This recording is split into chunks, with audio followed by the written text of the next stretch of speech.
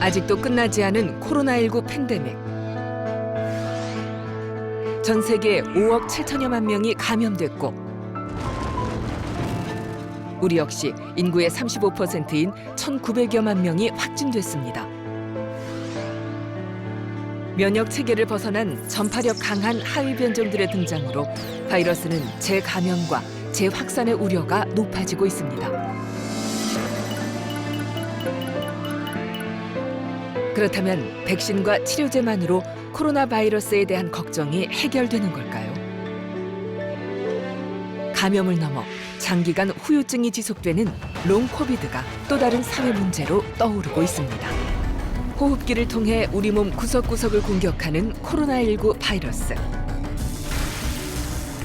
체내에 염증 반응을 일으키고 면역 체계를 무너뜨려 예상치 못한 후유증을 남깁니다. 증상만 약 200여 가지가 넘을 정도인데요. 감염 환자 10명 중 3명이 경험한다는 코로나19 후유증. 그렇다면 코로나 후유증은 왜 생기고 또 어떤 증상들이 나타나는 걸까요? 코로나 바이러스 자체가 그 수용체가 우리 인체 장기에 굉장히 여러 군데에 이제 분포하고 있습니다. 그러니까 폐뿐만 아니라 굉장히 다기관에 분포를 하고 있어서 다기관에 침범이 가능하고 거기로 이제 감염을 시킬 수 있다는 게 첫 번째고, 두 번째로는 이게 원래 사람한테서 자주 감염되던 감염체가 아니라 동물에서 사실 어떻게 사람이 이제까지 노출되지 않았던 그런 바이러스이기 때문에 면역 반응이 이제 그런 억제 없이 이렇게 조금 더 강하게 오래 갈 수도 있겠다라는 생각을 해봅니다. 근데 사실 아직 이 기전에 대한 실험이나 연구가 많이 누적되진 않았지만 그렇게 추측을 해볼 수 있을 것 같습니다. 결국은 면역력이라는 거는 우리 몸을 지키는 군대라고 보면 되고요. 밖에서 이제 적군이 세균이나 바이러스가 침투했을 때 그 군대가 인지를 하고 나가서 싸우게 되죠. 싸울 때 이 나가는 무기들이 사이토카인과 같은 염증 물질이다라고 생각하시면 되고요. 이 적군들도 물론 죽지만은 그 일대가 다 우리가 황폐화가 될 수가 있죠. 그렇기 때문에 그런 면역 반응이 일어나는 부분에서는 이런 염증 반응이 생기면서 장기 손상이나 세포 손상이 같이 일어날 수가 있습니다. 코로나 후유증이 생기는 기전은 다양한데요. 먼저 코와 입을 통해 기관지로 들어온 바이러스가 선모 상피세포나 폐포의 상피세포에 있는 수용체와 결합해 세포 내로 들어가게 됩니다. 코로나 바이러스는 표면에 가지고 있는 스파이크 단백질을 이용해 우리 몸의 세포와 직접 결합을 하게 되는데요. 이때 특정 수용체가 바이러스와 결합해 세포 내에서 복제가 이루어집니다. 이 수용체는 폐뿐 아니라 심장과 뇌, 위장관과 혈관 등 대부분의 장기에 분포돼 있습니다. 그래서 바이러스가 우리 몸 어느 장기든 도달하게 되면 손상을 일으킬 수 있습니다. 두 번째 가설은 급성기 감염 이후 살아남은 바이러스가 전파력은 사라졌지만 체내에 잠복해 있거나 파괴된 바이러스의 잔해가 남아 지속적인 염증 반응을 일으킨다는 것입니다. 바이러스가 체내에 잔류하고 있다면 우리 몸의 면역 체계가 이를 인지해 공격하는 과정에서 염증 반응이 생기고 후유증이 지속될 수 있습니다. 세 번째 가설은 코로나 바이러스 감염으로 인한 자가 면역 반응입니다. 정상의 경우 바이러스가 몸에 들어오면 우리 몸은 항체를 만들고 그 항체가 바이러스를 공격하도록 하는데요. 하지만 코로나 바이러스 감염 후 면역 체계에 이상이 생기면 자가 항체가 T 면역 세포와 함께 정상 세포를 공격 대상으로 인식해 세포가 손상되면서 후유증이 나타나게 됩니다. 코로나 후유증은 전신에 나타날 수 있는데요. 대표적인 증상은 호흡기 관련 증상으로 바이러스가 상기도와 하기도로 들어갈 경우 기침, 가래, 콧물, 호흡곤란 등이 지속될 수 있습니다. 뇌와 관련된 신경 증상으로는 두통, 어지럼증, 집중력 저하, 기억력 저하, 뇌 안개증 등이 있고, 심장을 공격할 경우 두근거림, 흉통, 흉부 불편감을 호소할 수 있습니다. 또 위장관 증상으로는 소화불량, 설사, 구토, 복통 등이 발생하고 전신 증상으로는 피로와 우울, 체중 감소와 근육통 등이 생기기도 하고 전신 심리적인 증상으로는 불안, 수면 장애가 지속될 수 있습니다. 이외에도 시력 저하, 후각과 미각 저하, 탈모와 생리불순 등 약 200여 가지의 후유증이 나타날 수 있다는데요.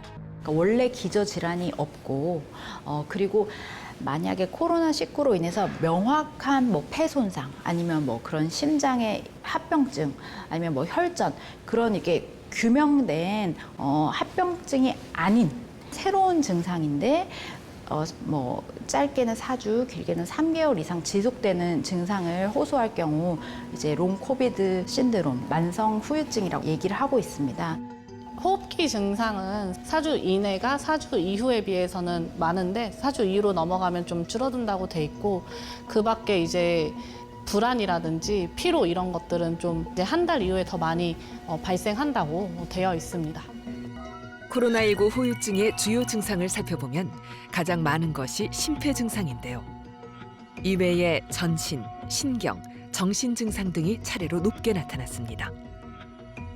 코로나19 감염 후 4주 미만 그룹에선 기침과 가래, 두통이 주로 나타났고 코로나19 감염 후 4주 이상 그룹에선 피로감과 주의력 저하, 우울감과 시야 흐림 증상 등이 높게 나타났습니다.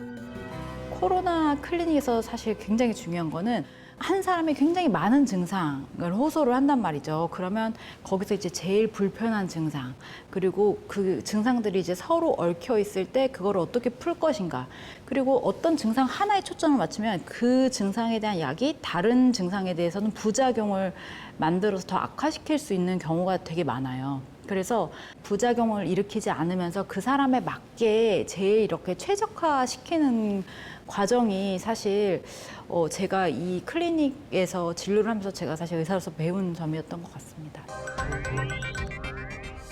영국에서 시행한 연구에 의하면 코로나에 감염된 환자의 뇌 크기가 감소하였고 인지 기능이 저하된 결과를 보였습니다. 그 일부 연구자들이 보고하는 바에 따르면 가장 큰 원인은 이제 후각 신경이랑 이제 관련된 그러니까 후각 피질이나 그 후각을 이제 느끼는 그 중추 신경계, 그러니까 뇌의 그 부분이 기억력에 관련을 하는 그 센터 부위랑 굉장히 인접해 있습니다. 그래서 혹시 그런 것에 영향을 받는 것은 아닌가 하는 생각을 해볼 수 있고요. 여기에 대해서는 더 많은 연구랑 추적 관찰이 필요할 것 같습니다. 코로나 바이러스로 후각 상피에 염증이 발생하면 후각 신경세포를 통해 대뇌 이상 피질이 손상받게 됩니다. 이로 인해 인접해 있는 기억력을 관장하는 해마에도 영향을 줘 인지장애가 발생하는 것으로 추측되고 있는데요. 그렇다면 노인성 치매와는 어떻게 구분이 될까요? 그 인지 장애가 이제 노인분들에게 이제 코로나 후에 왔을 때 특히 감별이 좀 많이 중요할 것 같습니다. 그 노인성 치매의 경우는 보통 이제 60~70%를 이제 알츠하이머병 치매가 차지를 하고 있는데요. 이러한 경우에 오는 인지 저하는 보통 일상생활 관련 기억들이 먼저 떨어지게 됩니다. 그래서 누구와 같이 식사를 하고 어디를 가서 무엇을 했고 어디를 가는 방향, 감각이라든지 이런 부분들이 먼저 영향을 받는 반면에 코로나 후에 오는 인지 저하의 경우는 일단 기억력의 저하도 있을 수 있지만 처리 속도, 생각의 속도가 느려지는 경험이나 집중력이 떨어지는 부분, 판단력이 약간 떨어지는 부분들이 주가 될 수 있고 이러한 것들이 이제 감별의 포인트가 될 수 있겠습니다. 또한 제 중요한 부분은 이런 코로나 인지 저하를 겪으신 분들이 이후로 그 노인성 치매나 경도인지 장애로도 계속 지속되는 경우가 많이 있기 때문에 많은 주의가 필요하겠습니다. 호흡기를 통해 감염되는 코로나 바이러스는 후유증 역시 호흡기관에 많이 발생하게 됩니다. 사실 저희가 그 흉부 엑스레이나 그 폐 CT 사진을 찍어보면 폐렴 있는 사람은 3% 이내거든요. 그러니까 대부분 폐에 병변 없이 기침을 계속 오래도록 하고 계시는 거예요. 그리고 그런 환자분들한테 이제 기침에도 그 말초성 약이 있고 중추성 약이 있는데 말초성 약보다는 저희 경험적으로 미뤄봤을 때 중추성 약이 잘 듣습니다. 코로나 감염으로 인한 기침 역시 뇌와 뇌관의 바이러스 침범과 연관이 있을 수 있습니다. 호흡곤란을 호소할 경우 재활 운동이 도움되는데요. 먼저 배를 바닥에 대고 엎드려 눕거나 베개나 이불을 이용해 머리와 목을 지지하고 무릎을 구부려 옆으로 눕습니다. 앞으로 몸을 숙여 베개에 기대거나 의자에 앉아 무릎이나 팔걸이에 의지해 몸을 앞으로 숙여 안정을 취합니다. 가장 흔한 호흡곤란 증상을 줄이기 위해선 가로막 호흡법을 익히는 것이 필요한데요.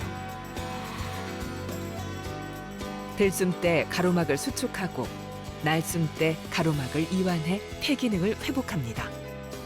코로 숨을 2초간 들이마신 후 오므린 입을 통해 천천히 4, 5초간 내쉽니다. 지금 코로나 상황이 시작된 지 벌써 이제 3년째 접어들다 보니까 의료진들도 마찬가지고 일반적인 국민들도 대부분 다 지쳐가고 있는 상황입니다. 하지만은 이럴 때일수록 좀 더 경각심을 가져야 된다고 생각을 하고요. 내가 좀 더 예방을 위해서 개인 위생, 마스크를 잘 착용하고 손위생을 잘하고 그 이후에 만약에 후유증이 생겼다. 마찬가지로 후유증에 대해서는 필요한 검사, 다른 기질적인 원인을 배제하기 위해서 검사하고 또 적절한 치료를 받으셔야 빠른 일상 회복으로 또 우리 사회가 또 건강해질 수 있는 길로 갈 수 있을 것 같습니다.